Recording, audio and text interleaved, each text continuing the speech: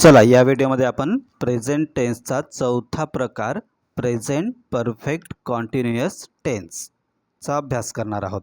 कोणत्या टेन्सचा? Present perfect continuous tense. आता जास्त म्हणजे हे सगळं वाचण्याची गरज आहे, परंतु शॉर्टमध्ये तुम्ही कसं लक्षात ठेवाल? प्रेझेंट म्हणजे आत्ता, परफेक्ट कॉन्टिन्युअस म्हणजे पूर्ण होत आली आहे. आत्ता या क्षणाला एखादी ॲक्शन पूर्ण होत आलेली आहे किंवा काही काळापासून आजपर्यंत म्हणजे आत्तापर्यंत ती ॲक्शन सुरू आहे.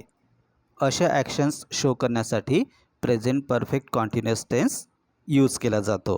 असं नावावरूनच समजून जायचं. चला समजून घेऊ. इथे an action that started in the past and is still continuing up to now. up to म्हणजे पर्यंत. or has just stopped and its result is visible in the present. आता आपण या म्हणजे कोणतं पण लॉंग सेंटेन्स आहे ते समजण्यासाठी काय करायचं असते, त्याला छोट्या छोट्या तुकड्यांमध्ये हे करायचं असते, कापायचं असते आणि तुकडे तुकडे समजून नंतर पूर्ण सेंटेन्सचा अर्थ समजायचा असते. तेच आपण इथे समजून घेऊ.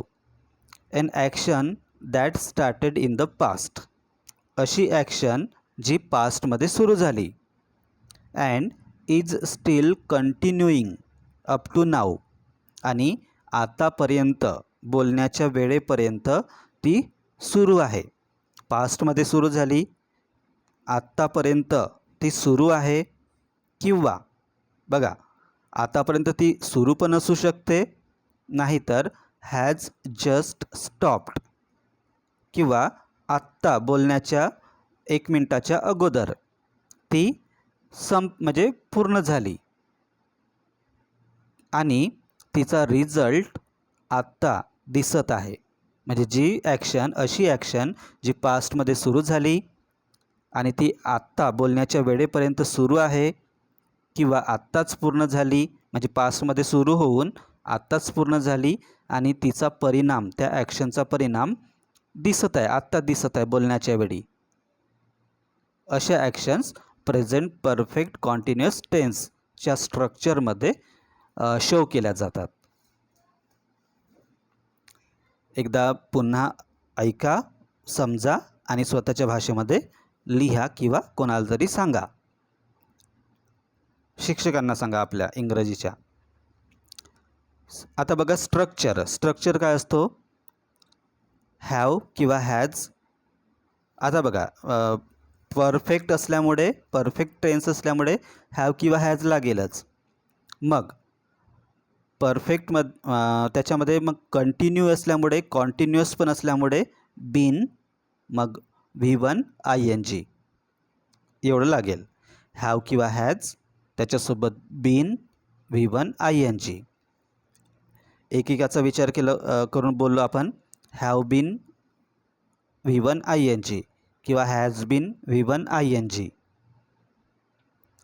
जर तुम्हाला स्ट्रक्चर लक्षात ठेवायचं आहे तर तुम्ही काय करत जाल?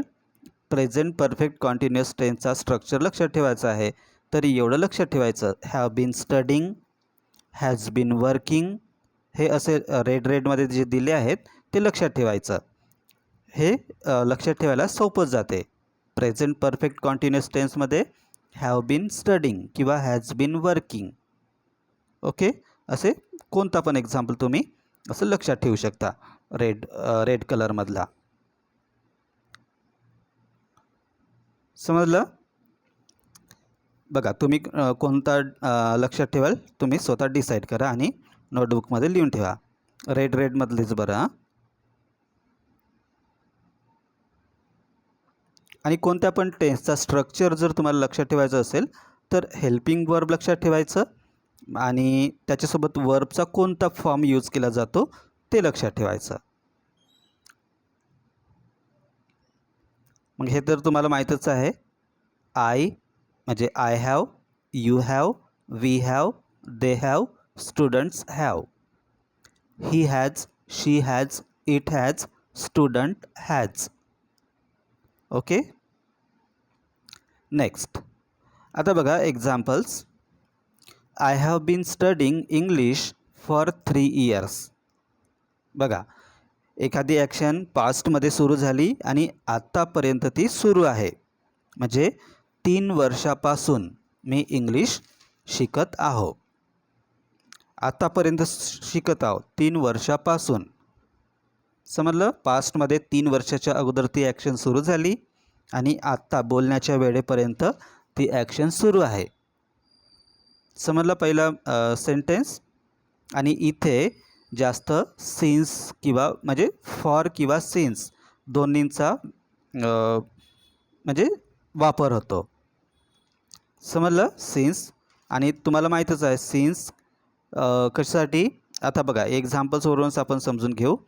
फॉर 3 years म्हणजे ज्या ड्युरेशन दाखवायचं असते, कालावधी किती वर्षापासून, तेव्हा फॉर यूज करतो. म्हणजे किती वर्षापासून म्हणजे कालावधी 3 वर्ष, 1 महिना, 3 हप्ते, 3 आठवडे असं दाखवायचं राहिलं तर फॉर. आणि नेमका म्हणजे कशापासून, म्हणजे वेळेच्या कोणत्या पॉईंटपासून, तेव्हा सिन्स. म्हणजे एखादं वर्ष असू शकते किंवा सकाळपासून म्हणतो आपण, अशा वेळी सिन्स वापरला जातो. बघा आता examples. She has been working in this company since 2019. She has been working in this company since 2019. अर्थ पण समजून घ्या. They have been playing cricket since morning. They have been playing cricket since morning. We have been waiting for the bus for 30 minutes. We have been waiting for the bus for 30 minutes. आता इथेच जर सकाळपासून वाट पाहत आहोत बसची असं असतं तर सिन्स मॉर्निंग असतं. समजलं फॉर आणि सिन्सचा use. We have been waiting for the bus for 30 minutes. We have been waiting for the bus since morning. He has been living in Pune since January. He has been living in Pune since January. The children have been watching TV for an hour. The children have been watching TV for an hour.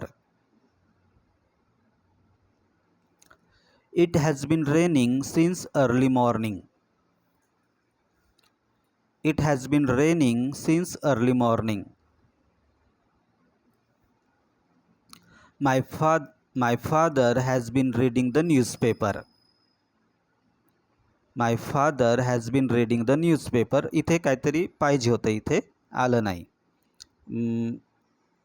होऊ शकते की 1 तासापासून, म्हणजे for 1 hour असं येऊ शकते. तुम्ही number of hours change करू शकता. My father has been reading the newspaper for 1 hour, for an hour. We have been learning music for 2 months. We have been learning music for 2 months.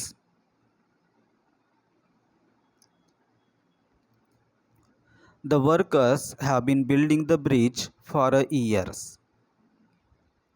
The workers have been building the bridge for a year. Okay, समजलं. म्हणजे या टेन्समध्ये प्रत्येक example जर तुम्ही बघितलं इथलं तर तुम्हाला लक्षात येईल की ती ॲक्शन किंवा ती घटना पास्टमध्ये म्हणजे कितीतरी वर्षापासून सुरू आहे, नाहीतर कोणत्या तरी वेळेपासून सुरू आहे आणि ती आतापर्यंत बोलण्याच्या वेळेपर्यंत सुरू आहे, हे तुमच्या इथे लक्षात येईल. ओके. आता इथे स्वतः 5 एक्झाम्पल्स बनवा प्रेझेंट परफेक्ट कॉन्टिन्युअस टेन्सचे, तुमचे ते चेक केले जातील. Okay, bye.